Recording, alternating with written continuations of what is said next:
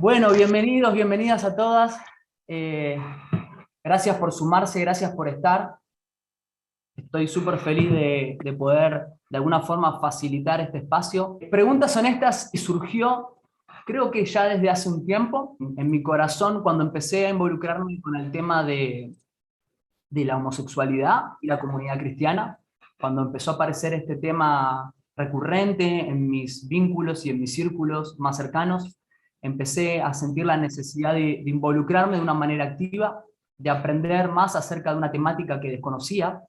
Y me acuerdo que en ese momento, estamos hablando en época de principios de pandemia, me acuerdo que en ese tiempo yo sentí la necesidad de salir a buscar información, porque la información que conocía o que tenía ya no me estaba terminando de alcanzar. Así que fui a la librería cristiana más grande de Buenos Aires, la librería por lo menos más grande que yo conozco, y tratar de buscar algún libro que me aporte algo acerca de esta temática. Y me acuerdo de buscar si había algún cartelito que diga homosexualidad, que LGTBIQ+, algo, pero no encontraba nada de esto. Llegando a la parte de autoayuda, me acuerdo de encontrar una serie de unos 10 libros más o menos, que tocaban la temática de alguna forma, y al hojearlos, los 10 libros decían lo mismo. Todos seguían manteniendo una postura, una mirada, la cual yo conocía, con la cual yo había crecido, la cual yo me había formado toda la vida. Pero justamente en ese momento yo no estaba necesitando o buscando encontrarme con lo mismo. Había preguntas en mi vida, preguntas a las que yo llamo preguntas honestas, estas preguntas que movilizan ciertas dudas, interrogantes, y estos libros simplemente seguían manteniendo un formato, algo establecido que yo ya conocía. Me acuerdo que mientras que trataba de encontrar algo diferente, entre todos esos libros logré encontrar uno que por lo menos tenía una mirada más abierta en cuanto al tema, un libro un poquito más sociológico, con tintes teológicos, y por lo menos este libro ofrecía argumentos a favor y en contra en cuanto a un mismo tema. Y para mí eso era novedoso. Fue la primera vez que yo me pude encontrar con una mirada diferente dentro de un ámbito cristiano, que me aportara un algo diferente. Cierro la idea con esto. Yo siento que Preguntas Honestas es ese libro en medio de una librería. En lo que intento, o lo que intentamos en este espacio es, en cuanto a temas que muchas veces se baja una misma mirada, una misma interpretación, un mismo concepto, yo creo que Preguntas Honestas lo que intenta hacer es aportar un espacio de reflexión, aportar o habilitar un espacio hacia la duda, tratar de construir juntos una mirada probablemente un poco más aceptante, abierta, que traiga un algo diferente a temas relevantes de nuestra actualidad. En este Zoom hay personas de 13 países diferentes. Hay personas, obviamente, de Argentina, de Venezuela, Paraguay, de Chile, de Perú, de Estados Unidos y Australia, España, en México, Canadá, y tenemos gente de Bolivia, así que estoy feliz con, de alguna forma, la bola de nieve que generó este espacio. Por supuesto que la presencia de Renato, que ahora ya voy a pasar a presentarlo, y vamos a ir a la parte importante, generó una especie de bola de nieve, y rápidamente un montón de personas se sumaron, así que quería decirles que estoy feliz con cada uno de ustedes, le doy la bienvenida. El título que eligió Renato para este conversatorio es La urgente necesidad de eliminar la palabra homosexuales de las Biblias castellanas. ¿Cómo presentarlo? Porque él es conferencista, teólogo, con una tesis doctoral en Sodoma y Gomorra. Él es escritor, acá tienen sus libros para conocer su obra. Él es filólogo, hispanista. Él es muchas cosas, pero sobre todo, en este tiempo que a mí me tocó conocerlo, él es mi amigo, él es una persona muy humilde, a la que quiero mucho, así que simplemente voy a presentarles a mi amigo Renato Links, quien nos va a compartir en este tiempo de Preguntas Honestas, y ya le paso la posta para que sea él quien nos guíe en lo que sigue en esta charla. Una vez más, gracias a cada uno de ustedes por ser parte y estar presentes. Muchísimas gracias, amigo Rodrigo, por esta gentil introducción y nos has explicado el espacio en que nos movemos y yo también me siento muy cómodo con este marco para compartir con ustedes algunas reflexiones mías.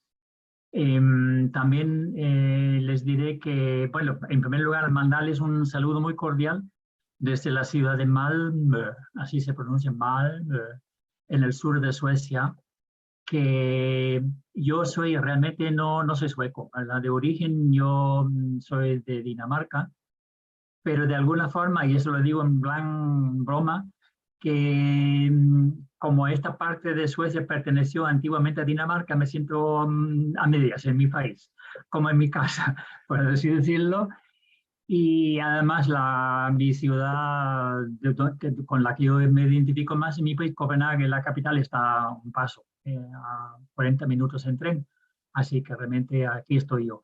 Pero en fin, de todas formas, les saludo muy cordialmente porque para mí es un honor y una alegría grande poder compartir con un grupo interesado unas ideas, unas reflexiones, unos análisis míos sobre lo que esta colección de escritos que le llamamos la Biblia. También, simplemente para aclarar, podríamos hablar de por lo menos 10, 12 textos diferentes, pero en lugar de explayarme y diferir, o mejor dicho, repartir un poco mi tiempo entre tantos textos, yo me siento, lo he hecho en algunas ocasiones. Entonces, en lugar de hacer como una vista panorámica de los textos que se suelen comentar o que se podrían comentar, pues también faltan algunos en el discurso tradicional, como ustedes verán más adelante, pues entonces yo he decidido compartir este espacio con ustedes enfocando un texto solo del Nuevo Testamento, en este caso, que se suele citar mucho, en el sentido de que se supone, ¿verdad?, que es muy claro, que es muy lógico, que es muy contundente y que deja la postura bíblica sin lugar a dudas. Y como ustedes verán, un análisis mucho más detallado y profundo y paciente, pues dará otro resultado bastante distinto. Y voy a insistir mucho en esta parte. Bien, entonces a partir de aquí voy a ver si consigo compartir mi pantalla, porque les voy a presentar una pequeña serie de imágenes PowerPoint y las iré comentando, porque a veces nos puede ayudar mucho tener algo a la vista mientras escuchamos. Así que ahora me lanzo al experimento. Bien, el título que yo le pongo a esta presentación es Traducciones tóxicas, y ya ustedes verán más adelante por qué justamente he escogido este título. Pero la esencia de la reflexión mía se concentra en la urgente necesidad de eliminar el uso de la palabra homosexuales cuando hablamos de la Biblia. Y ya comprenderán por qué. Así que sigo ahora explicándole un poco el índice. Primero un preámbulo con algunas aclaraciones y luego quiero hablar del contexto histórico del texto que vamos a analizar juntos. El contexto literario también es muy importante porque nos vamos a enfocar en el punto 3 dos términos bastante opacos sobre los que no hay consenso. ¿Y cuáles son los dos términos? Pues en el 4 vemos que son blandos y varones cama. Luego hablaré de las versiones castellanas analizadas. Diremos algo sobre anacronismos. Y en el punto 7 hablaré de un tema muchas veces ignorado por los comentaristas y es lamentable, pero es importantísimo: las nociones de igualdad y de jerarquía y de desigualdad social. 8 traducciones anacrónicas y 9 traducciones tóxicas. Y hacia el final, algunas conclusiones. Ahora, primero al preámbulo. Seguramente algunos de ustedes conocen la voz latina Vox Populi. La voz del pueblo significa literalmente, se ha utilizado tradicionalmente simplemente como una especie de referencia al criterio mayoritario en una sociedad. Y entonces yo la uso aquí como designación del criterio mayoritario en las iglesias cristianas. En la inmensa mayoría te van a explicar cuando les preguntes, la Biblia condena la homosexualidad, no cabe duda. Entonces, claro, y cuando les hacemos una pregunta más, pero ¿en qué se nota? ¿Es clara o es difícil de entender? No, me van a decir, la Biblia es muy clara en su condena a la homosexualidad, no, pues no cabe duda. Estas afirmaciones seguramente muchas y muchos de nosotros las hemos escuchado. Ahora, entro en escena yo, habiendo escuchado tanto estas afirmaciones a lo largo de tantos años de mi vida, pues un día llegué yo a reventar de la curiosidad. Digo, pues a ver si es cierto. Porque ahí está fulano y está fulana y están hablando de eso en la tele o en la radio o en un artículo. Yo digo, pero si ellos no vivieron en esa época, ¿cómo lo saben? ¿Cómo saben que la Biblia habla de esos temas y de qué forma? Entonces me pongo a analizar yo usando los instrumentos que Dios me ha dado y la vida que me ha enseñado para analizar. Y veo que cada uno de esos textos que citan, que son tan claros y tan sencillos, es todo lo contrario. Cada uno de estos textos trae problemas y a veces graves y gordos de interpretación y de traducción. Tanto es así que ninguno de estos textos es sencillo, ninguno es claro y ninguno es transparente, cosa que me ha sorprendido muchísimo, porque de tanto lavado de cerebro que me dieron antes, yo me ha sorprendido de que no es así, más bien todo lo contrario. Bien, entonces, ¿qué es lo que pasa aquí? Pues yo he puesto aquí 5 palabras que todos y todas conocemos, verdad de memoria: homosexual, lesbiana, bisexual, transgénero, gay, etc. Son términos de nuestra época, ¿verdad? Que están en boca de todo el mundo y las usamos así un poco a la ligera porque ya tan familiares, ¿verdad?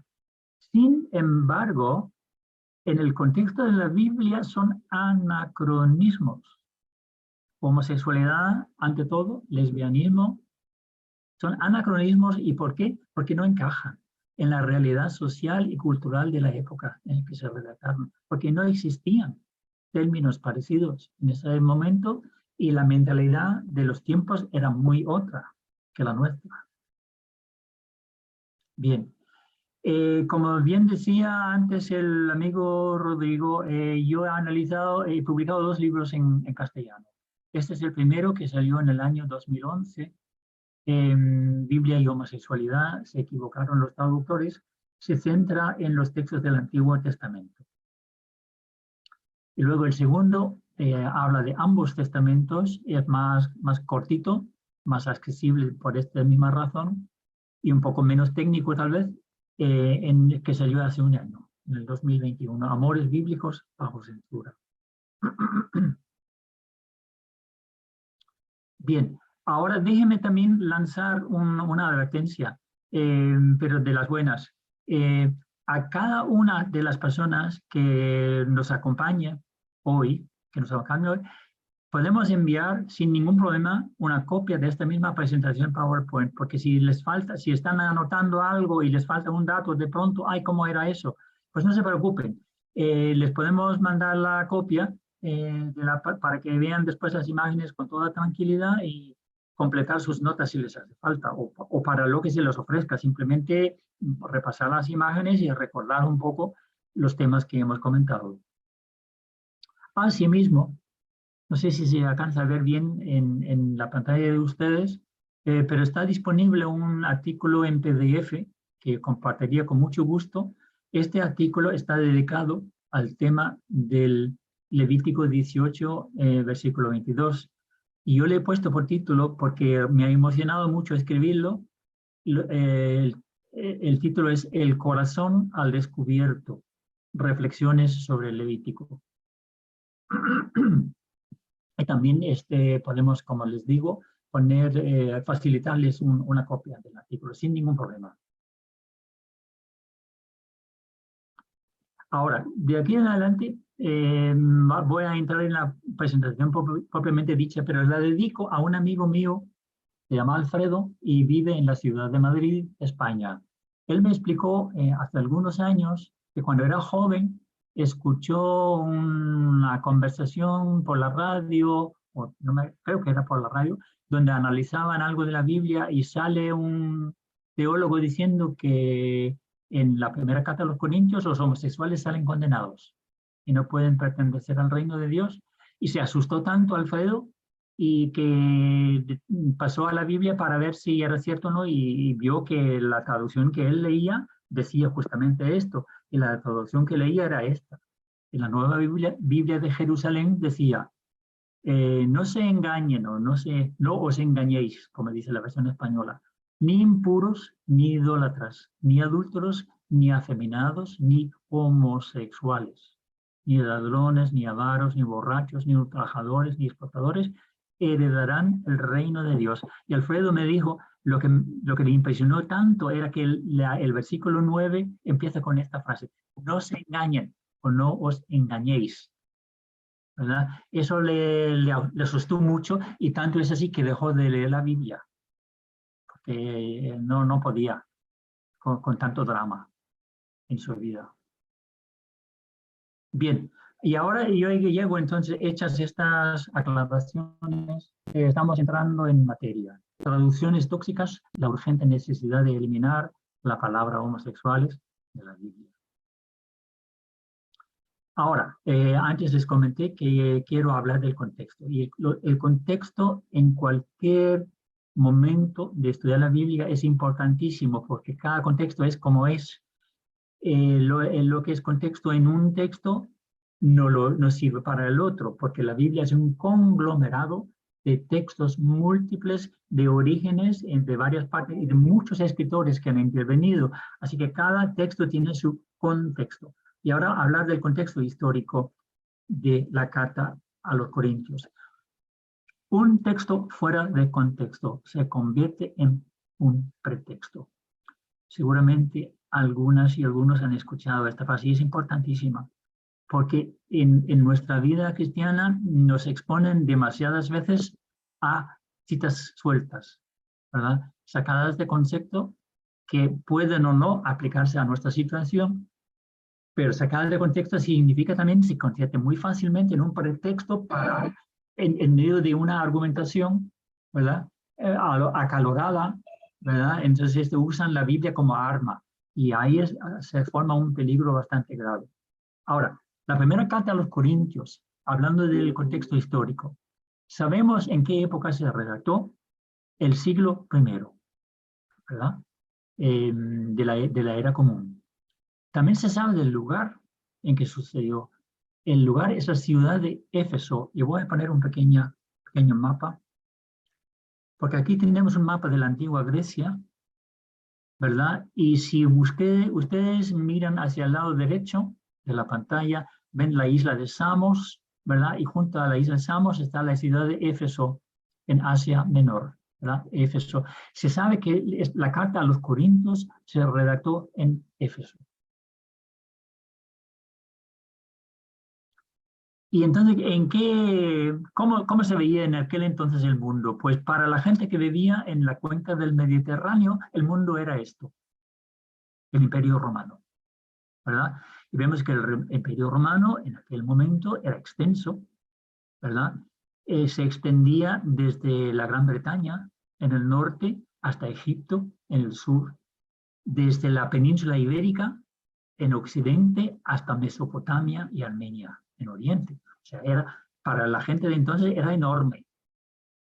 Era una cosa que nadie, realmente su imaginación apenas daba abasto, ¿verdad? Para abarcarlo todo. Pero en fin, este es el mapa, ¿verdad?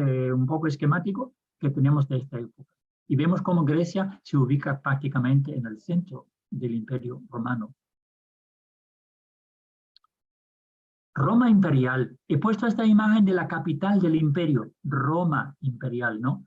Porque es artística, no es, digamos, arqueológica, pero es artística. Pero me parece genial porque resume, ¿verdad?, en pocos centímetros cuadrados la realidad religiosa de la ciudad de Roma de esta época.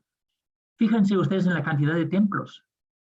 Yo no soy capaz de contarlos todos, pero el artista ha conseguido meter ahí 1, 2, 3, 4, 5, 6, 7, 8, 9 o 10 o tal vez más, ¿verdad? O sea, para mí me parece genial. ¿Y por qué lo digo? Porque se sabe que en este siglo I la ciudad de Roma, capital del imperio, tuvo más de 400 templos diferentes dedicados a diferentes divinidades, llegados de los varios rincones del imperio. Más de 400 templos tuvo y representaba diferentes religiones, o sea que coexistían varias religiones en Roma. Entonces Corinto, ¿verdad? La carta a los Corintios. Ya hemos visto cómo se redacta en Éfeso, ¿verdad? Y Corinto, ¿dónde lo ubicamos? Pues para Corinto tenemos que ir a la justamente donde termina la península Peloponeso, ¿verdad? En la parte norte, Corinto. Corinto está un poco a poca distancia de Atenas. Atenas es fácil de ubicar porque está en el mero centro de todo y un poco a la izquierda está Corinto. Así que ya vemos un poco la realidad geográfica en que se mueve, ¿verdad? Y histórica, esta carta que vamos a ver más de cerca. Corinto, un poco como Roma. Fíjense bien si se ponen a analizar cada rincón, ¿verdad? De esta sección de la ciudad de Corinto, también van a ver una serie de templos, de capillas, de santuarios, de altares. O sea, también aquí es muy polifacética, ¿verdad? La visión religiosa del momento. Entonces, el contexto religioso, ¿verdad? Como decíamos, la religión mayoritaria es del politeísmo, o sea, se adora múltiples o varias divinidades al mismo tiempo. Es la costumbre, es lo común. Existe una gran diversidad religiosa y existe incluso, ténganlo en cuenta, porque muchas veces se le olvida a los comentaristas, en este momento ya empezó el culto al emperador, porque a varios emperadores que suben al trono, pues entonces, claro, quieren que la gente le rinda un homenaje y se hacen llamar hijo de Dios y todo esto. Así que figúrense ustedes, este no es un invento del cristianismo, existía ya en la religión romana, donde algunos emperadores se hacían llamar hijos de Dios. Así que fomentan el culto a la misma persona del emperador. Bien, y en este contexto que acabamos de trazar, surge el cristianismo. Un pequeñísimo movimiento minoritario. Los representantes de las religiones mayoritarias le decían despectivamente una secta. Una secta un poco fanática y la perseguían cuando les daba la gana. La persecución no fue digamos, permanente o constante, pero intermitente. Como todos hemos visto en la historia del cristianismo, hubo épocas de grandes persecuciones. Así que la persecución era una realidad porque era un movimiento, según la mayoría, sectario y minoritario. Bien, entonces ya hemos visto una parte de la realidad del contexto histórico, religioso, y ahora vamos a fijarnos un poco en lo literario, porque se trata de un escrito. Y cuando tenemos un escrito delante, pues entonces hay que ver en qué contexto nace. Bien, la primera carta a los Corintios, ¿dónde se ubica? ¿En qué idioma se redacta? ¿Cómo es su lenguaje? ¿Qué género literario? ¿A qué género pertenece? ¿Quién es el autor? ¿En qué momento se redacta? ¿Y quién es el destinatario? Bueno, el primer lugar donde debemos ir a buscarla, pues es en la Biblia. Es una carta que pertenece al canon bíblico.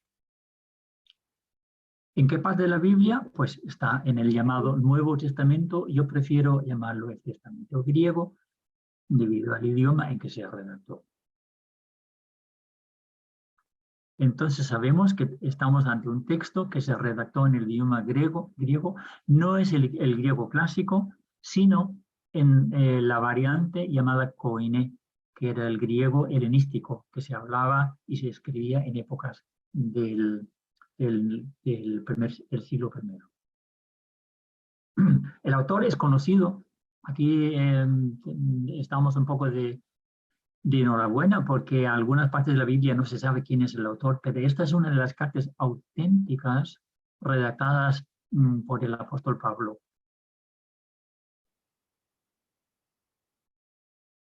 Y como veíamos antes, hemos dicho que se redactó en el año 56. Sobre eso también están de acuerdo todos los analistas. Así que tenemos ya algunos datos bastante concretos, ¿verdad?, para fijarnos en el contexto histórico, religioso, etcétera. Y vamos a ver la parte literaria, que en esto estamos entrando. Se trata entonces de una carta personal escrita por un remitente conocido, Pablo de Tarso. El destinatario es conocido porque se trata de la pequeña comunidad cristiana que vive en la ciudad de Corinto. Bien. Ahora, entrando más de cerca, vamos ahora a acercarnos a la parte más difícil, que por lo menos la parte que hoy nos preocupa. Y vamos a fijarnos en dos detalles bastante complicados. ¿Y dónde se encuentran? Pues en esta primera carta de Pablo a los Corintios nos fijaremos en los dos versículos del capítulo 6, versículo 9 y el 10. Y ya hemos visto, pero la voy a volver a presentar y leer para que tengamos un poco una idea redondeada de cómo funciona esta parte de la carta. No se engañen, ni impuros, ni idólatras, ni adúlteros, ni afeminados, ni homosexuales, ni ladrones, ni avaros, ni borrachos, ni ultrajadores, ni explotadores heredarán el reino de Dios según la Nueva Biblia de Jerusalén.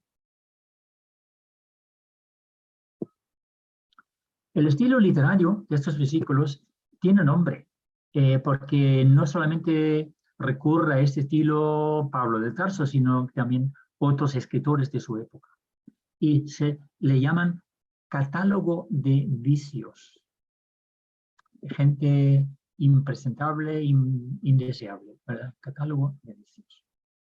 Y en la misma obra paulina, o sea, en las cartas del apóstol, tenemos como mínimo 6 catálogos de vicios. 2 en la carta a los romanos, 2 en la primera carta a los corintios, otro en Gálatas y otro en Efesios.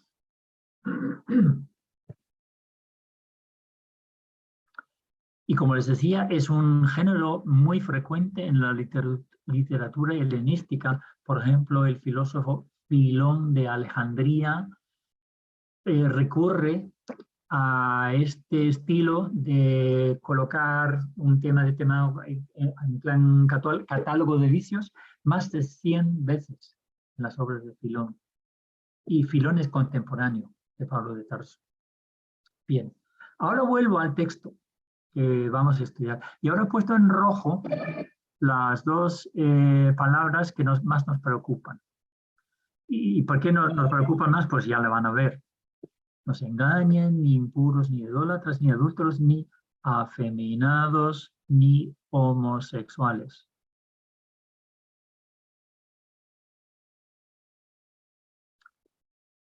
En esta nueva imagen he quitado lo que venía en rojo y he puesto las dos palabras griegas. No se engañen, ni impuros, ni idólatras, ni adúlteros, ni malakoi, ni arsenokoitai.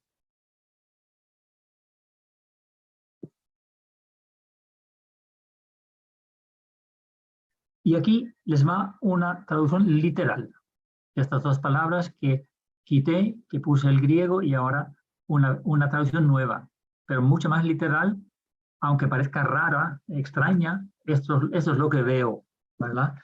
Y no se engañen ni impuros, ni idólatras, ni adultos, ni blandos, ni varones cama. Y nos quedamos un poco perplejos, ¿no? Pues los blandos, quién sabe, tal vez sí se entiende, pero lo de las varones cama, ¿quiénes serán? Los varones cama, ¿verdad?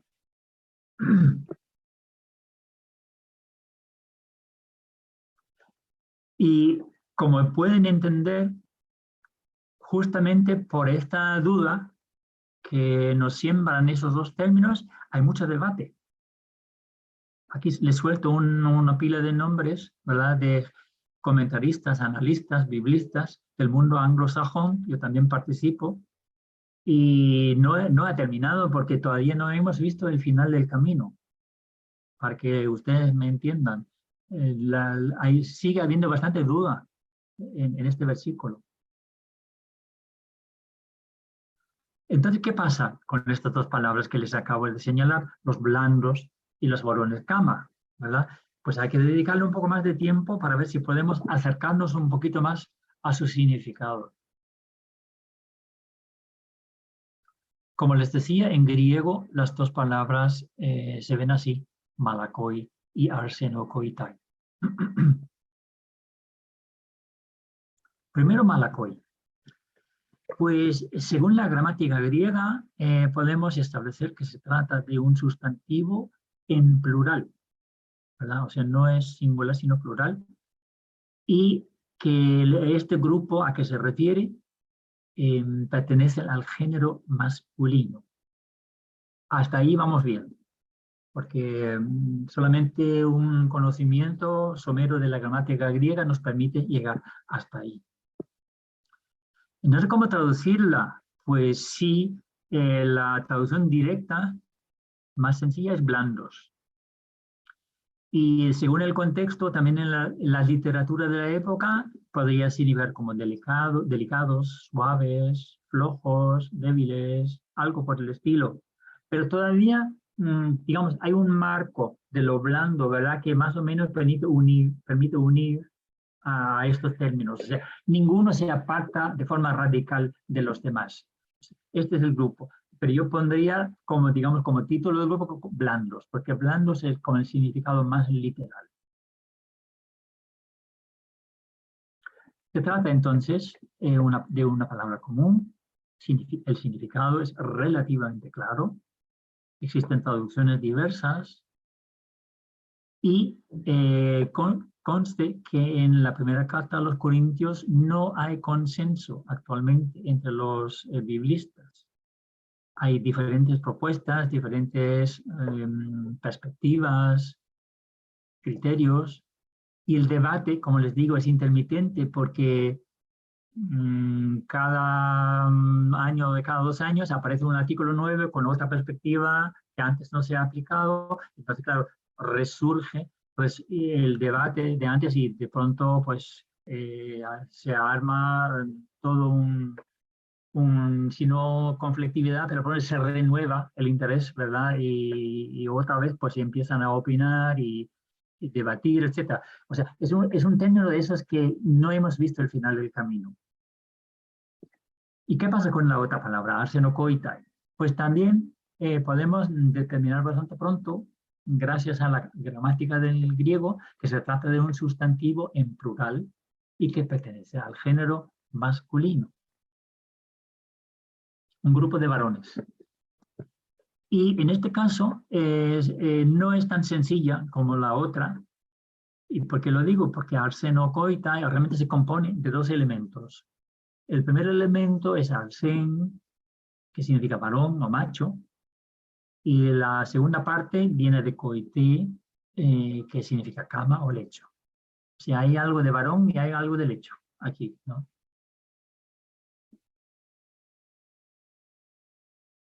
Bien.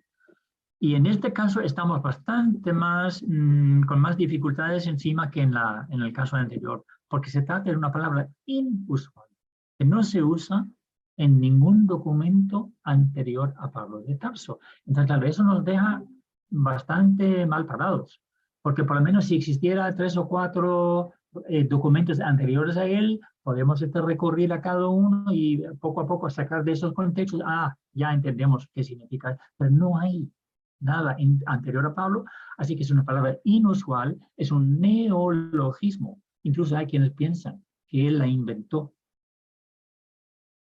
sacándola de donde la habrá sacado, pero que él la inventó. Por esto el significado es incierto. Existen diversas traducciones y a veces contradictorias, como ustedes verán más adelante, porque hay mucha duda. No hay consenso académico. Y lo mismo que en el otro caso, el debate es intermitente. Sube y baja, pero no termina. Bien. Entonces, ¿cómo se traduce? Pues, como yo les sugiero, varones cama, pero también es una sugerencia mía que yo creo que no va a cundir, ¿verdad? Porque es muy incómoda la palabra, ¿no? Pero yo simplemente la lanzo, ¿verdad? Para explicar un poco lo complicado que es llegar a determinar el significado exacto. Entonces hay quienes proponen varones que se acuestan y otros que dicen hombres que se acuestan con hombres. Y luego, otra propuesta más, traficantes de prostitutos. Y fíjense bien ustedes, abusadores de niños varones. Toda una gama de ideas, ¿verdad?, asociadas con esta palabra. Bien. ¿Y ahora qué pasa entonces cuando nosotros estamos en casa o en la biblioteca o donde sea, o incluso bajamos una traducción de internet para ver qué dice la Biblia, ¿verdad? Entonces bajamos una versión determinada, que hay unas cuantas. Pues yo les menciono aquí las que yo he revisado con respecto a este texto, ¿verdad? La Biblia del Peregrino, Biblia de las Américas, Biblia de Edición Popular, bla, bla, bla, bla, bla. Seguramente ustedes conocen por lo menos algunas de ellas. Y aquí hay unas cuantas más. Nueva Biblia al Día, Nueva Biblia de Jerusalén, etc. La Reina Valera, muy conocida en círculos protestantes. La Biblia de Jerusalén más en círculos católicos, en fin. Y la nueva versión internacional conocidísima, etcétera. O sea, hay una pila de traducciones ya disponibles. Y entonces yo he analizado todo esto para ver cómo resuelve cada una de estas dudas que les estaba planteando. Y voy a fijarme de forma muy especial cuáles usan las palabras homosexuales y homosexualidad.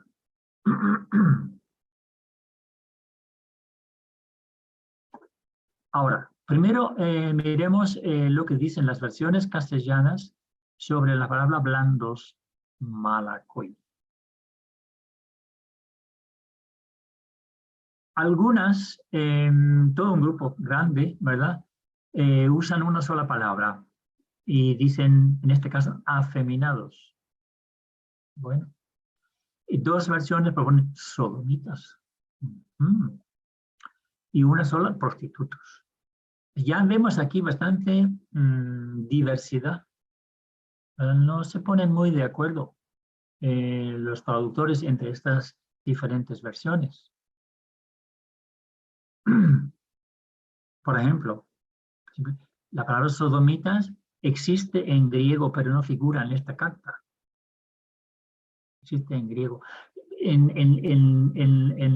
tiempos de Pablo, sodomita significaba una persona que vivía en Sodoma, un habitante de la ciudad. Entonces, claro, llama un poco la atención que pongan esto en una palabra que significa blandos. Bueno, hay todo un discurso ahí detrás. Por algo redacté mi tesis doctoral sobre Sodoma y Gomorra y me enteré de muchos detalles, pero eso será para otro momento, otro día, no se preocupen. Malakoi, blandos. Aquí, por ejemplo, en la palabra de Dios para todos, miren lo larga que les ha salido la traducción, los hombres que se dejan usar para tener sexo con otros hombres. Dios mío, ¿verdad? Es casi todo un versículo aparte, ¿verdad?, que están aquí colocando los traductores. Serviría tal vez, si fuera exacta, no lo sé, creo que no, si fuera exacta como nota a pie de página. Pero como traducción la veo un poco problemática en medio de un versículo de este tipo. Bien, la PDT. Ahora, como les decía, por lo menos para tenerlo presente, arsenocoitai significaría literalmente algo así como varones cama, ¿verdad? ¿Y qué dicen entonces de esta palabra? Pues aquí sí aparece de pronto la palabra homosexual. 1, 2, 3, 4, 5 versiones la ponen en este versículo. Homosexuales. Y nuevamente aparece la palabra sodomitas, pero para la otra, para arsenocoita y no para los blandos. O sea que aquí vemos ya una confusión. Algunos traductores se referían a los blandos como sodomitas y aquí los varones camas son sodomitas. Así que aquí pasa algo. Aquí pasa algo. Y una versión propone invertidos. Bueno. Y luego hay traducciones más largas, por ejemplo, la nueva versión internacional y la NBD, pervertidos sexuales. Ajá. Y luego la NTB, los que practican la homosexualidad. Y seguimos hablando de varones cama. Ténganlo en cuenta. Y ahora las explicaciones extensas, o las traducciones muy extensas, ¿verdad? Los hombres que tienen trato sexual con otros hombres, los hombres que tienen sexo con ellos, los hombres que tienen relaciones sexuales con otros hombres, o sea, explicativas y muy extensas. Los que se echan con varones se ha usado mucho en la Reina Valera. Entonces, las más problemáticas son las que yo enfoco en esta presentación, ¿verdad? Porque podemos analizar una carta desde 40 ángulos diferentes, pero yo me fijo justamente en las traducciones más problemáticas, son las que usan homosexuales, y después explico por qué tan problemática, sodomitas, invertidos, y los hombres que tienen trato sexual con otros hombres. Los anacronismos que lamentablemente abundan en el campo de los estudios bíblicos. ¿Y qué significa anacrónico? Pues para definirla, según los diccionarios, significa lo que pertenece a otro periodo, lo que está en desacuerdo con la época de que se trata. Eso es lo anacrónico.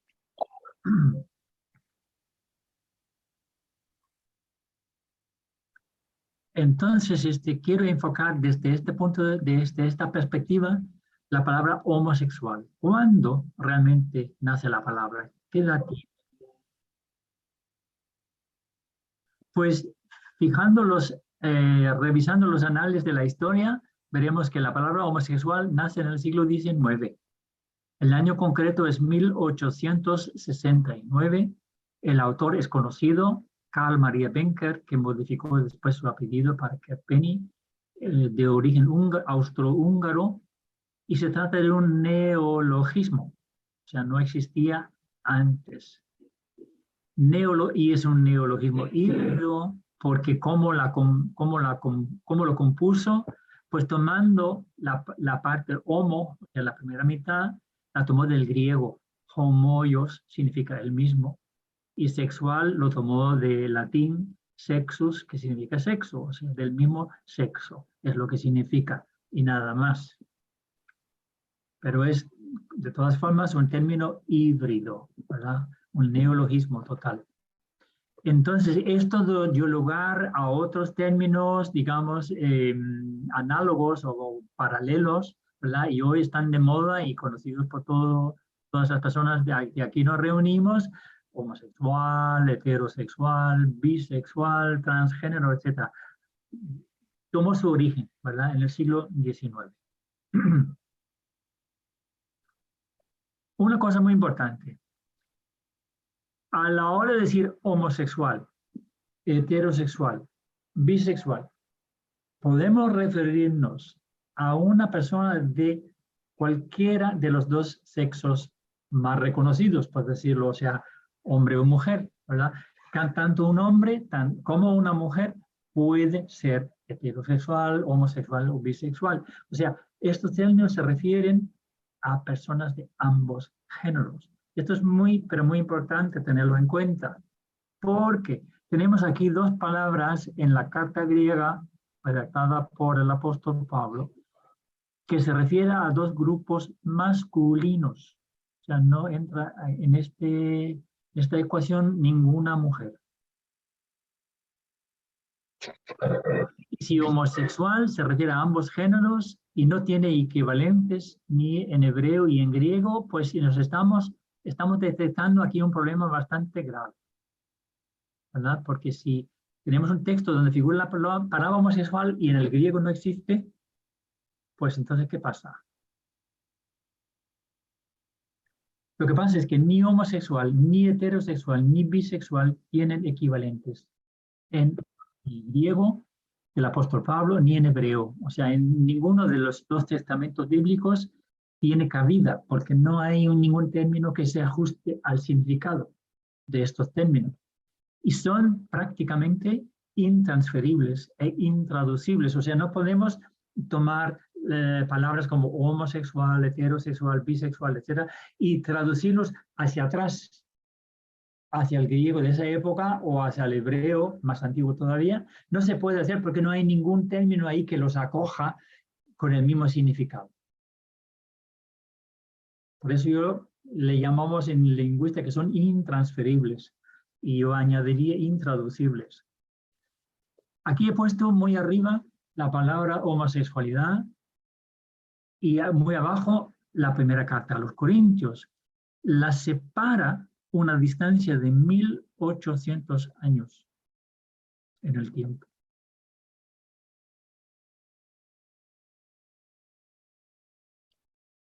O sea, entre homosexuales y la carta a los Corintios hay distancias en el tiempo, en el espacio, hay distancias lingüísticas y culturales, por no hablar de anatómicas y demás, unas cuantas más, pero en fin, estas son las más importantes. Nosotros estamos un poco como los pingüinos, ahí muy arriba mirando hacia abajo, hacia donde está la carta a los Corintios, que está ahí en la superficie del agua y la estamos viendo desde lejos y para mirarla de más de cerca, pues hay que lanzarse al agua, ¿no? Y lo estamos haciendo, pero a nuestro peligro, porque la distancia es de 2000 años, ¿verdad? Entre el año.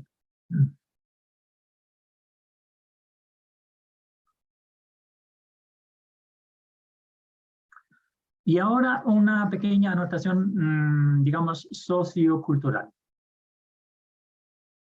que también se pasan demasiadas veces por alto.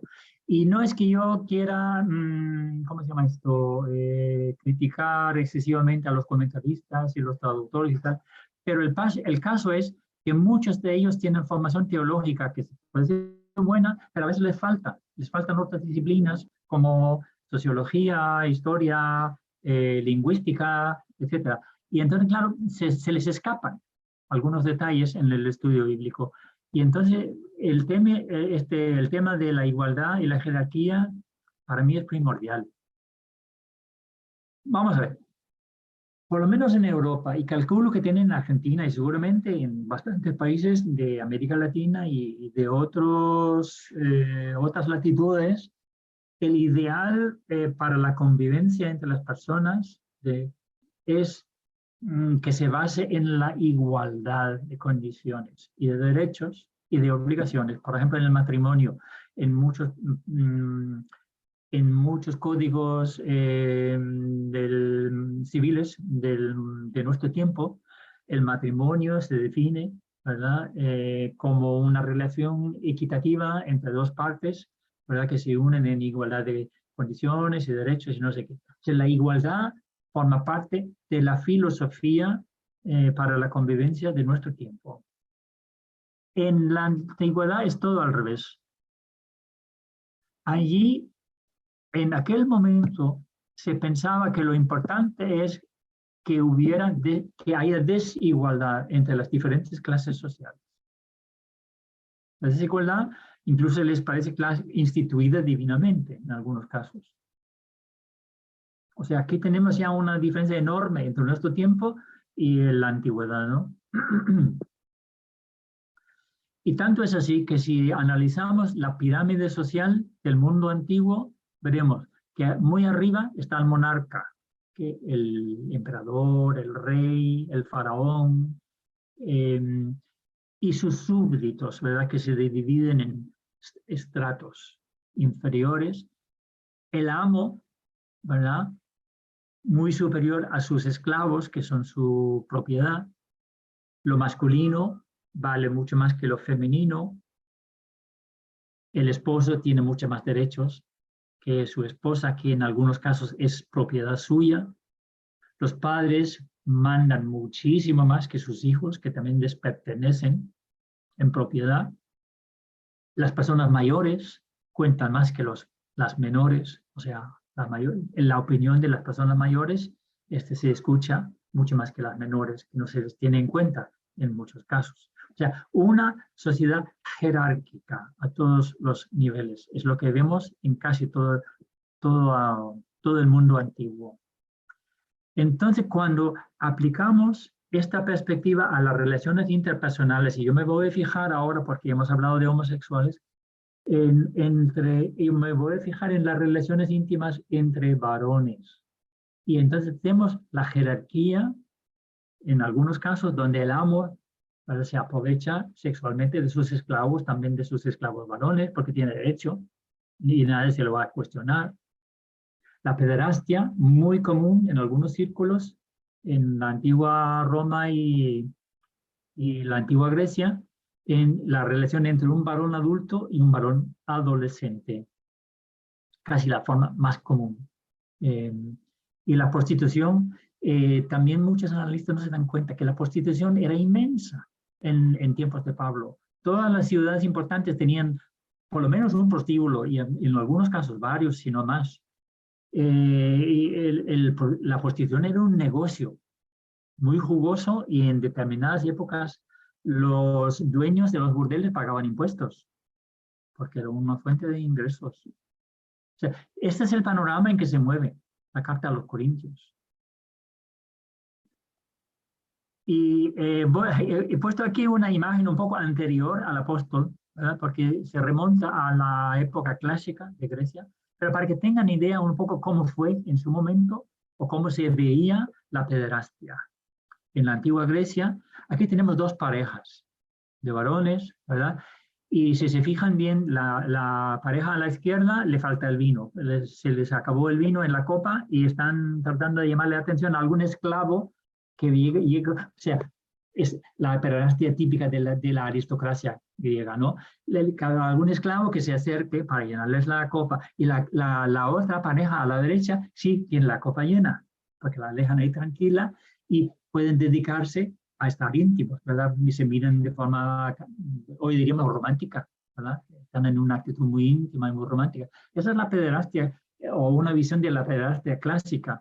Y no es una imagen inventada, o sea, que es una imagen sacada por la arqueología. O sea, eso existió en la Grecia antigua. Así veían, un poco idealizada tal vez, la relación entre dos varones, uno mayor que el otro, que sería más joven. Y tanto es así, pues si se fijan bien en los rostros, van a ver que uno de la pareja tiene barba, que es el maduro, y el otro no, que es el joven. Y tanto es así que cuando el joven se deja crecer la barba, cuando llega a los 18 y 19 años y le nace la barba, entonces ya se acabó la relación ahí, y el maduro se busca otro jovencito, y entonces es generacional la cosa, ¿verdad?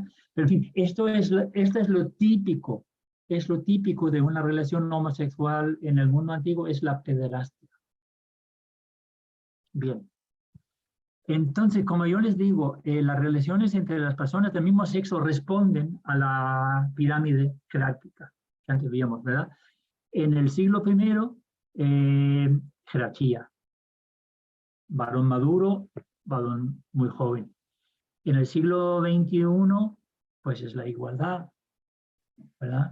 Incluso en la misma ley, en los países donde existe el matrimonio igualitario y todo esto, pues es la igualdad la que prevalece. O sea, aquí tenemos, ¿verdad? Son dos mundos, pero muy distintos. Entonces yo me gusta ilustrarlo así, el anacronismo, si queremos usar una palabra como homosexualidad en el mundo bíblico, porque la homosexualidad de hoy responde al ideal de la igualdad social, mientras que en la Biblia recoge documentos donde el ideal social es de desigualdad entre diferentes grupos sociales.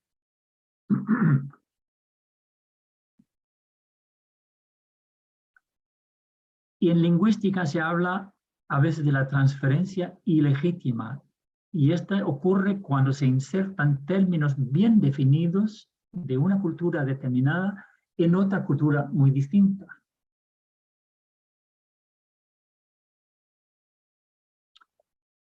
Y yo aplico este análisis justamente a la palabra homosexualidad en el contexto de la Biblia, por las razones que les acabo de explicar.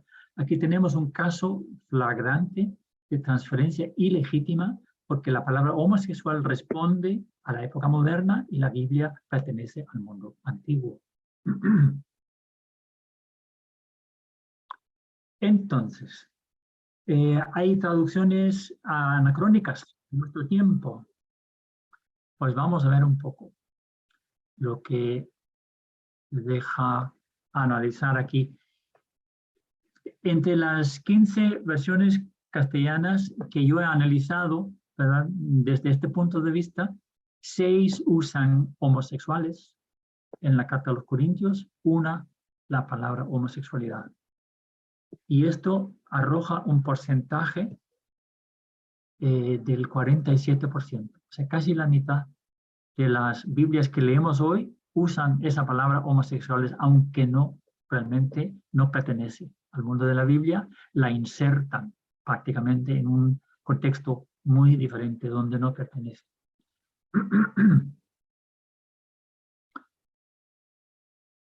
Y otros anacronismos en general, ¿verdad? Además de homosexuales tenemos afeminados, sodomitas, invertidos, pervertidos sexuales, hombres que tienen trato sexual con otros hombres. ¿Y por qué anacronismos? Porque responden a épocas muy posteriores a la Biblia. En tiempos de la Biblia no se hablaba así. El lenguaje no es bíblico. Salvo sodomitas, por lo que les decía antes, pero en tiempos de la Biblia significaba otra cosa. Se refería simplemente a un habitante de la ciudad de Sodoma. Entonces, entre las versiones que emplean anacronismos, pues el número es muy mayor, son prácticamente todas, o sea, todas las Biblias que leemos usan algún tipo de anacronismo.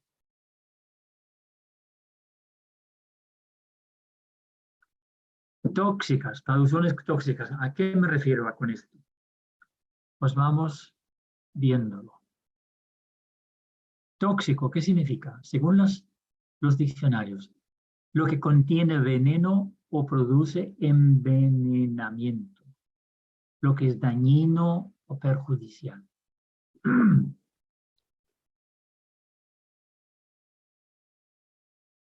Homosexual y homosexualidad. Homosexuales, los que practican la homosexualidad. Es lo que hemos visto en las versiones hace un momento.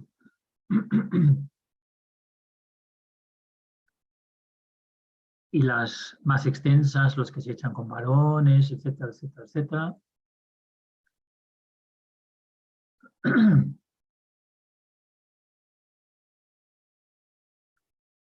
Otros términos que también realmente son tóxicos: afeminados, sodomitas, invertidos, pervertidos sexuales.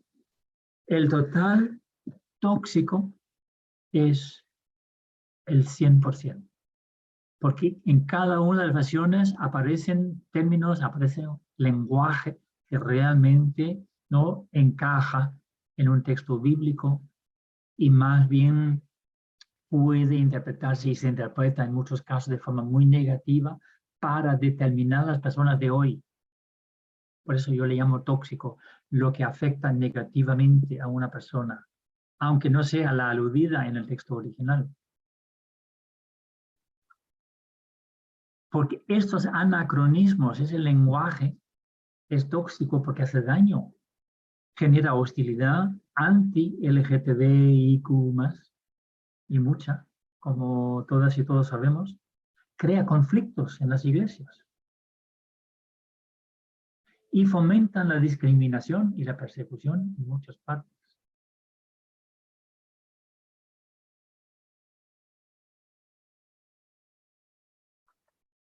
Y ahora, bueno, habría mucho más que decir, pero ahora hay que abreviar, ¿verdad? Porque el tiempo corre.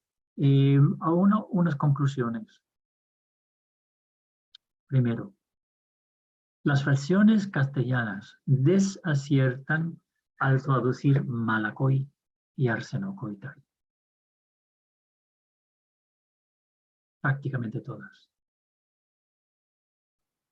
Segundo, la mitad de las versiones utiliza los términos homosexuales u homosexualidad.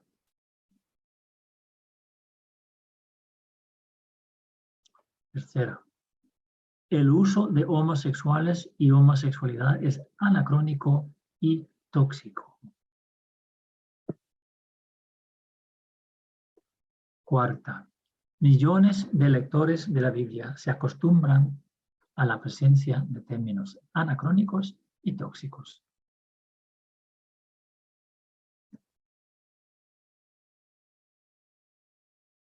Quinta, es anacrónico atribuir a la Biblia y al apóstol Pablo actitudes que son postbíblicas.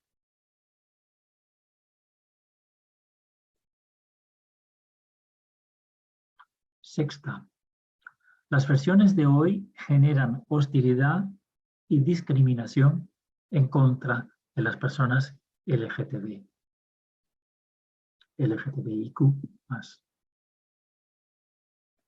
Séptima, los traductores crean conflictos donde no los hay. Y esto lo voy a seguir repitiendo hasta mientras viva, porque no tiene por qué haber conflictos en este texto, pero los hay debido a lo que leemos, ¿verdad? Crean conflictos donde no los hay. Quienes condenan la homosexualidad no es la Biblia, sino que son los traductores. Depende de la forma que interpretemos el texto y que lo traduzcamos. El resultado depende de nuestro análisis y depende del traductor en cada caso.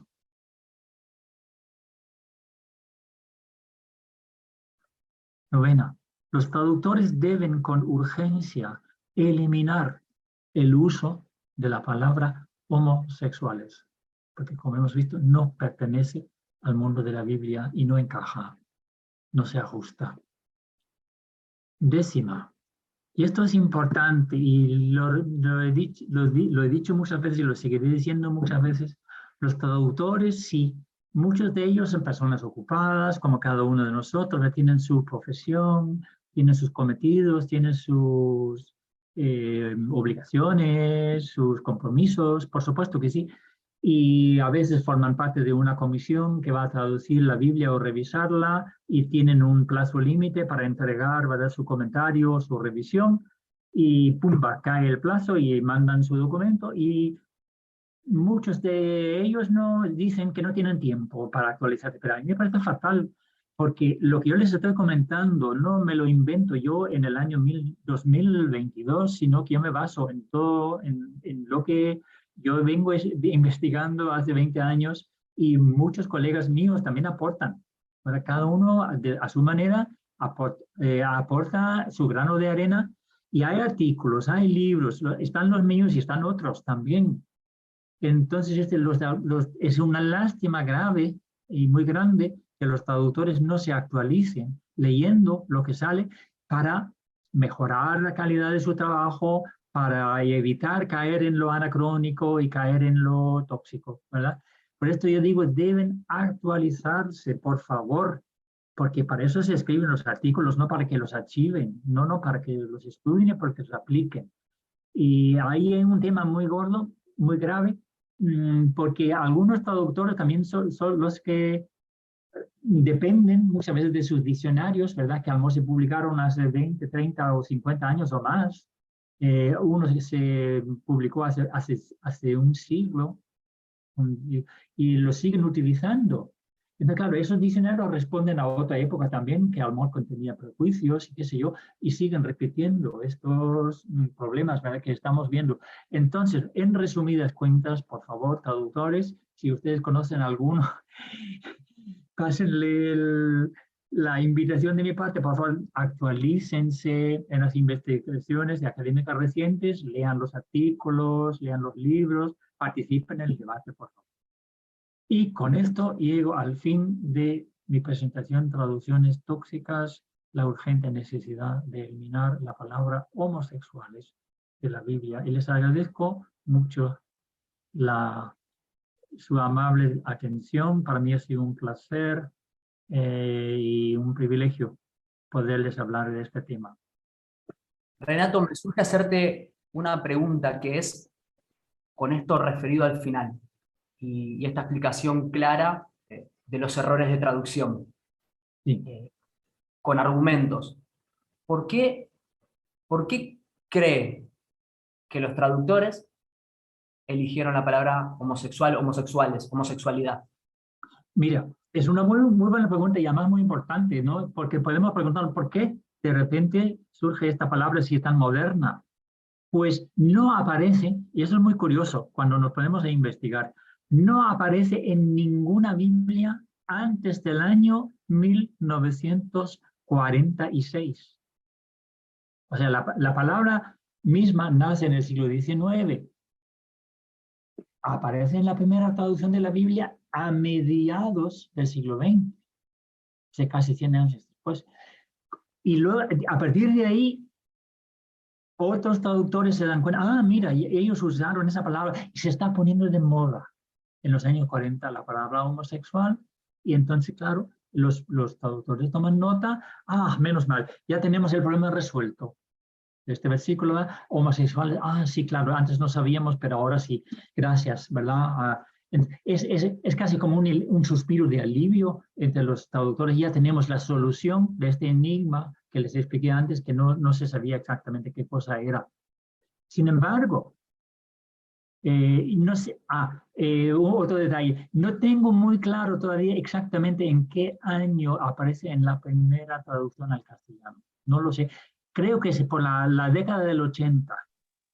Creo que por ahí. Porque también en la década del 80, en el 83, aparece por primera vez en alemán la palabra homosexual. Solamente en el 83.